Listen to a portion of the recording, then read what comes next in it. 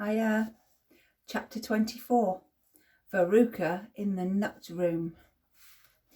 Mr. Wonka rushed on down the corridor. The nut room, it said on the next door they came to. All right, said Mr. Wonka, stop here for a moment and catch your breath. Take a peek through the glass panel of this door, but don't go in. Whatever you do, don't go in. The nut room. If you go in, you'll disturb the squirrels. Everyone crowded round the door. Oh, look, Grandpa, look, cried Charlie. Squirrels, shouted Veruca Salt. Crikey, shouted Mike TV. It was an amazing sight. 100 squirrels were seated upon high stools around a large table. On the table there were 3 mounds and mounds of walnuts, and the squirrels were all working away like mad, shelling the walnuts at a tremendous speed. These squirrels are particularly trained for getting the nuts out of walnuts, Mr. Wonka explained. Why use squirrels, Mike TV asked. Why not use Oompa Loompas? Because, said Mr. Wonka, Oompa Loompas can't get walnuts out of the shells in one piece. They always break them in 2.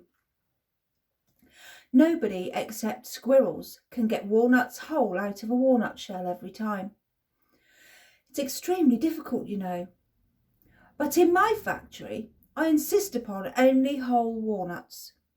Therefore, I have to have squirrels to do the job. Aren't they wonderful? The way they get those nuts out, and see how they first tap each little walnut with their knuckles to be sure it's not a bad one. If it's a bad one, it makes a hollow sound. And they don't bother to open it, they just throw it down the rubbish chute. There, look, watch that squirrel nearest to us. I think he's got a bad one now. They watched as a little squirrel as he tapped the walnut shell with his knuckles. He cocked his head to one side, listening intently. Then, suddenly, he threw the nut over his shoulder into a large hole in the floor. Hey, Mummy, shouted Veruca Salt suddenly. I've decided I want a squirrel. Get me one of those squirrels. There you go, look. There's the squirrel cracking the nuts, seeing if it's a good one or a bad one. Don't be silly, sweetheart, said Mrs. Salt. These all belong to Mr. Wonka. I don't care about that, shouted Veruca. I want one. I got a home. It's 2 dogs and 4 cats and 6 bunny rabbits, 2 parakeets and 3 canaries and a green parrot and a turtle and a bowl of goldfish and a cage of white mice and a silly old hamster. I want a squirrel. All right, my pet, Mrs. Salt said soothingly. Mummy will get you a squirrel, just as soon as she possibly can. But I don't want any squirrel, Veruca shouted. I want a trained squirrel.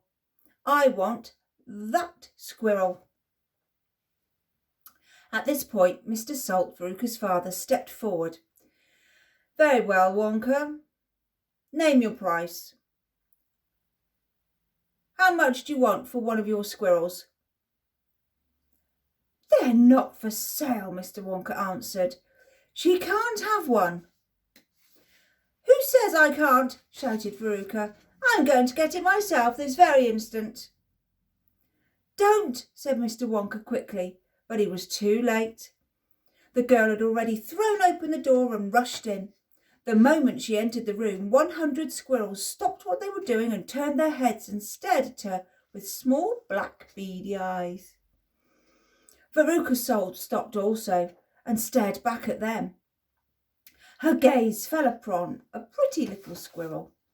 Sitting nearest to her at the end of the table, the squirrel was holding a walnut in its paws. All right, Veruca said, I'll have you. She reached out her hands to grab the squirrel, but as she did so, in that first split second when her hands started to go forward, there was a sudden flash of movement in the room.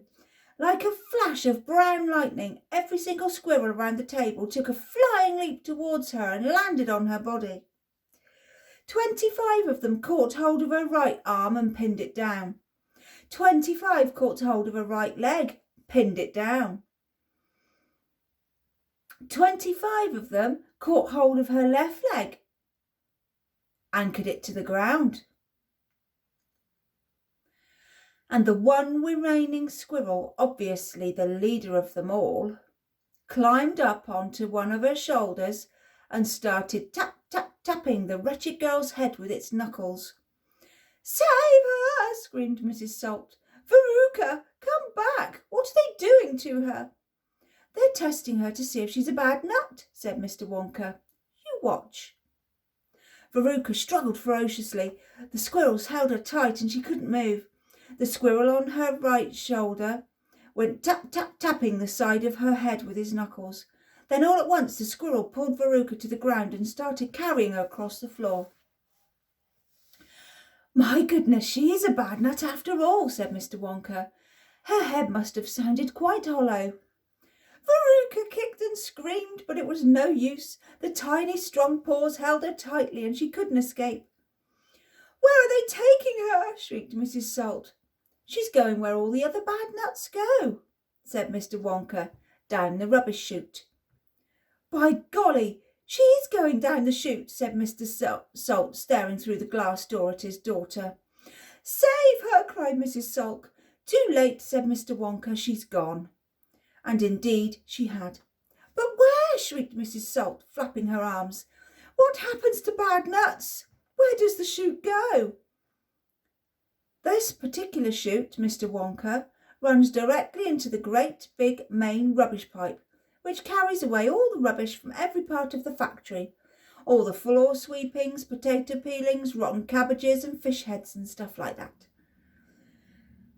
"Who eats fish and cabbage and potatoes in this factory, I'd like to know?" said Mike Teavee. "I do, of course," answered Mr. Wonka. "You don't think I live on cacao beans, do you?" But, shrieked Mrs. Salt, "where does that great big pipe go in the end?" "Why, to the furnace, of course," said Mr. Wonka. "To the incinerator."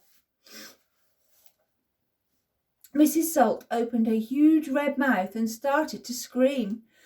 "Don't worry," said Mr. Wonka. "There's always a chance that they've decided not to light it today." "A chance!" yelled Mrs. Salt. "My darling Veruca, she'll be sizzled like a sausage." There you go, look, there's Mr. and Mrs. Salt and Willie. Mrs. Salt looks a little bit panicked, doesn't she? Looks a bit of a pickle. "Ah!"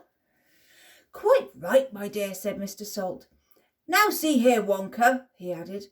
"I think you've gone just a shade too far this time, I do indeed. My daughter may be a bit of a frump, but I don't mind admitting it. But that doesn't mean you can roast her to a crisp. I'll have you know I'm extremely cross about this, I really am." "Oh, don't be cross, my dear sir," said Mr. Wonka. "I expect she'll turn up again sooner or later. She may not have even gone down at all. She may be stuck in the chute, just below the entrance hole, and if that's the case, all you have to do is go on, reach her arm and pull her out."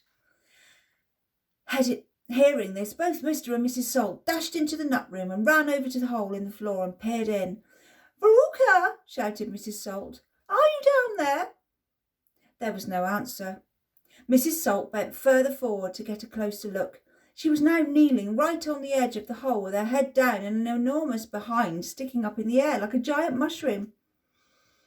It was a dangerous position to be in. She needed only one tiny little push, one gentle little nudge in the right place. Oh, and that is exactly what the squirrels gave her. She toppled into the hole head first, screeching like a parrot. "Good gracious me," said Mr. Salt as he watched his fat wife go tumbling down the hole. "What a lot of rubbish there's going to be today." He saw her disappearing into the darkness. "What's it like down there, Angina?" he called out. He leaned further forward. The squirrels rushed up behind him. "Help!"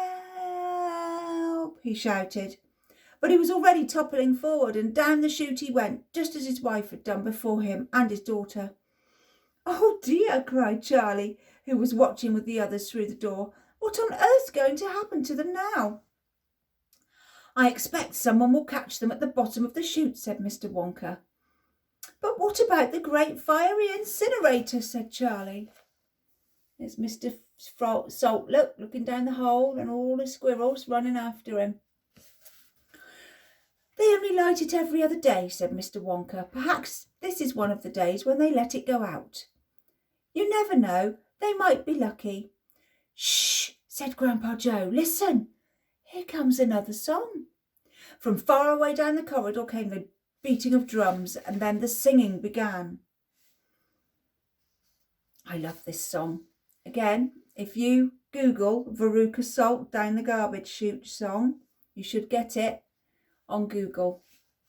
The next is The Great Glass Lift, and I'll read that tomorrow.